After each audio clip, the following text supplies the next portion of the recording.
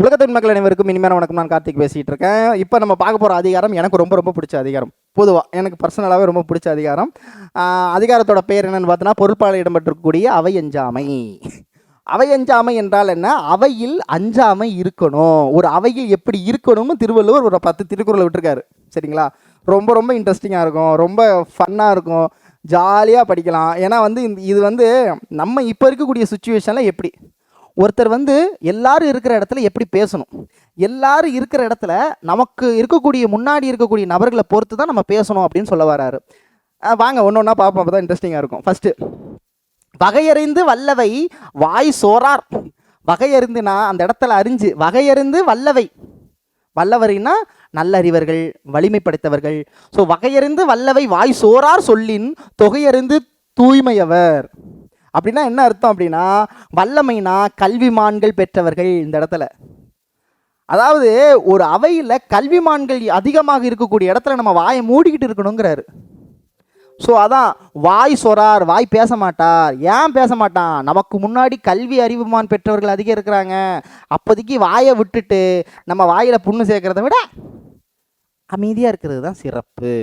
So வகையறிந்து, so வல்லமை வாய் சோறார் சொல்லின் தொகையறிந்து தூய்மையவர்.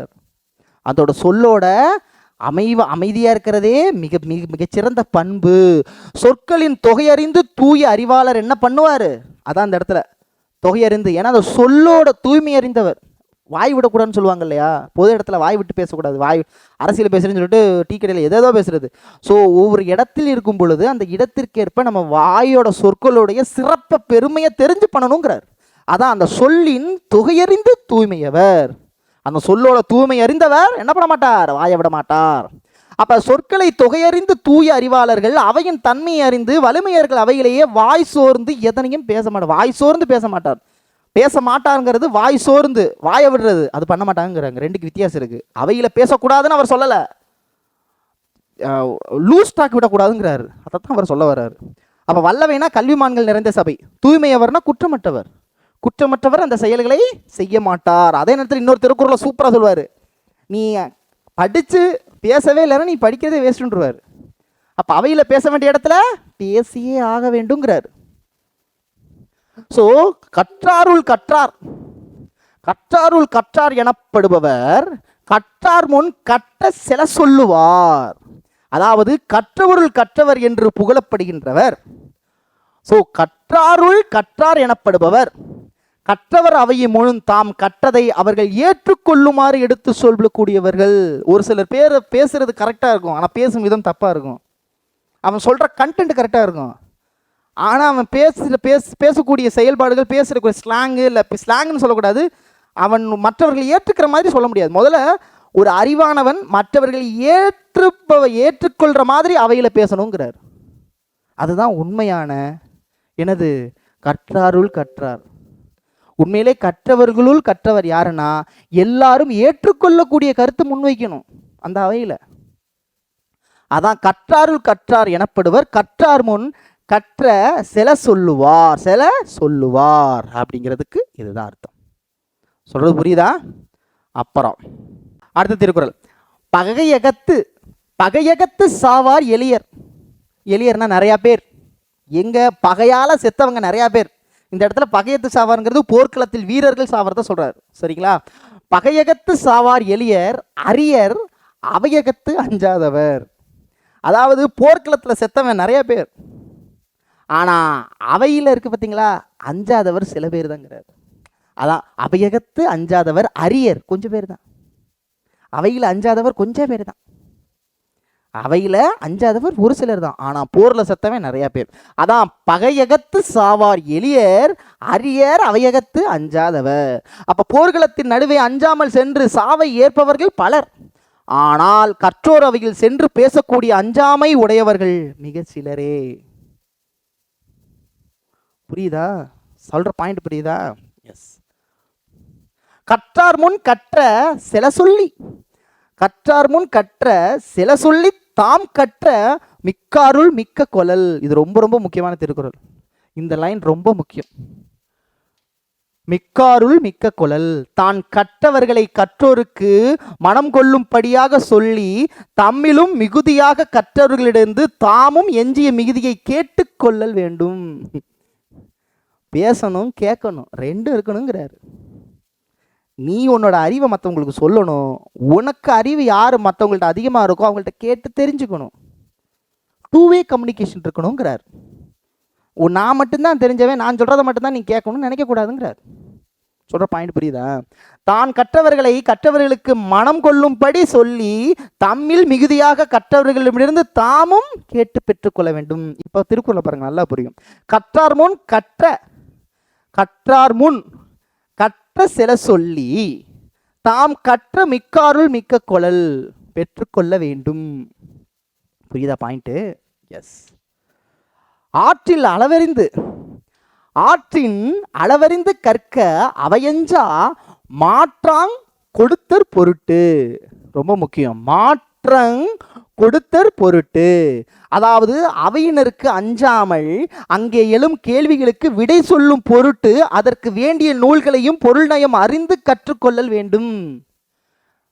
ஓகேவா? காலேஜில் கான்ஃபரன்ஸ் வைப்பாங்க, ஒரு டாபிக் ஒன்று சொல்லுவாங்க, குரூப் டிஸ்கஷனாக ஒரு டாபிக் சொல்லுவாங்க. அந்த டாப்பிக்கை ஃபுல்லாக டிஸ்கஷன் பண்ணணுன்னா அதை பற்றின ஒரு அறிவு வேணும், அதை பற்றின ஒரு தெளிவு வேணும், அந்த நூல்களை கற்றுக்கொள்ள வேண்டும். அதை தான் சொல்கிறாங்க. அது ஆற்றின் அளவறிந்து கற்க அவையஞ்சா, ஸோ மாற்றம் கொடுத்தார் பொருட்டு அப்படிங்கிறாங்க. சொல்கிற பாயிண்ட் புரியுதா? அடுத்தது வாளுடன் வன்கண்ணர் அல்லாருக்கு. மிகப்பெரிய வாளெல்லாம் வச்சுக்கிட்டு அஞ்சாமை அப்படிங்கிற ஒரு குணம், அஞ்சாமை இல்லாதவருக்கு வாள் இருந்து என்ன பிரயோஜனம்? அதான். ஸோ வாளுடன் வன்கண்ணர் அல்லாருக்கு நூலுடன் நுண்ணவை அஞ்சுபவர்க்கு. நீ அஞ்சிட்டு எப்படி கம்பேர் பண்ணுற பாருங்க. அஞ்சாமை இல்லாதவருக்கு வாள் வேஸ்ட்டு, அஞ்சுபவருக்கு அவை வேஸ்ட்டு.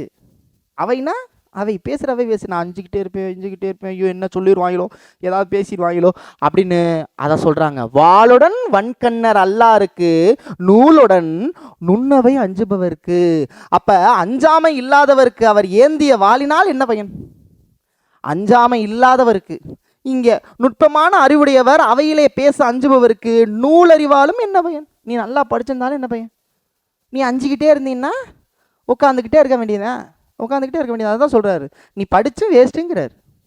அடுத்து பகையத்து பேடிகை ஒழ்வால் அவையகத்து அஞ்சுபவன் கற்ற நூல்.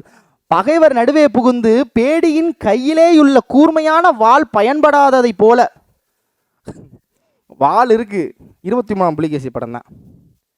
கூர்மையான வாளை வச்சு என்ன பையன்? நீ தான் பேடியா ஒன்றும் தெரியாதா இருக்கியே, உனக்கு ஒன்றுமே தெரியாதே, உனக்கு வீரம் இல்லை, ஒன்றுமே இல்லையா போன்ற வாளை கொடுத்து என்ன பிரயோஜனம்? அப்போ பகைவர் நடுவே புகுந்து பேடியின் கையிலே உள்ள கூர்மையான வாள் போல வீரம் இல்லாத பேடியா நீ இருக்க. அப்போ பயன்படாததை போல அவைகள் பேசுவதற்கு அஞ்சுகிறவன் நூலறிவு பயன்படாது.